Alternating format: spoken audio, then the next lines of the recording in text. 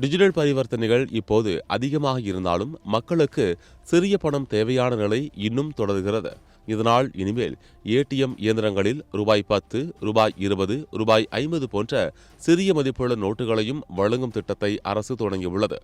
இந்த தகவலை நாடாளுமன்றத்தின் மேல் சபையான ராஜ்யசபாவில் மத்திய நிதித்துறை இணை அமைச்சர் பங்கஜ் சௌத்ரி தெரிவித்தார். இப்போதைய காலகட்டத்தில் பலரும் யுபிஐ மற்றும் ஆன்லைன் பரிவர்த்தனைகளை அதிகமாக பயன்படுத்துகிறார்கள். அதனால் சிறிய நோட்டுகள் சந்தையில் குறைவாக இருக்கிறது போல சிலருக்கு தோன்றுகிறது.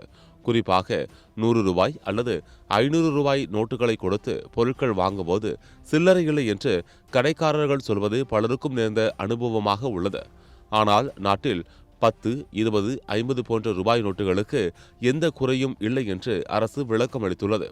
அதே நேரத்தில் ஏடிஎம் இயந்திரங்களில் சிறிய நோட்டுகள் கிடைக்காதது ஏன் என்ற கேள்வியும் மக்களிடம் இருந்தது. இதற்கு பதிலளித்த அமைச்சர், வழக்கமாக இருக்கும் ஏடிஎம் இயந்திரங்களில் சிறிய மதிப்புள்ள நோட்டுகள் வழங்கும் வசதி இல்லை என்று கூறினார். ஆனால் தற்போது ஸ்மால் வேல்யூ டிஸ்பென்சர் என்ற புதிய முயற்சியின் மூலம் சிறிய மதிப்புள்ள நோட்டுகளை வழங்கும் சிறப்பு ஏடிஎம் இயந்திரங்களை பரிசோதனை அடிப்படையில் அறிமுகப்படுத்தி இருக்கிறார்கள். இதனால் பொதுமக்களுக்கு சில்லறை பிரச்சினை குறையும் என்று எதிர்பார்க்கப்படுகிறது. மேலும் நாட்டில் சிறிய மதிப்புள்ள நோட்டுகள் போதுமான அளவில் இருக்கிறது என்றும் அரசு தெரிவித்துள்ளது. 2025-26 நிதியாண்டில் பிப்ரவரி 26 வரை 10 ரூபாய் நோட்டுகள் சுமார் 439.40 கோடியும், 20 ரூபாய் நோட்டுகள் 193.70 கோடியும், 50 ரூபாய் நோட்டுகள் 130.30 கோடி அளவில் வெளியிடப்பட்டுள்ளன.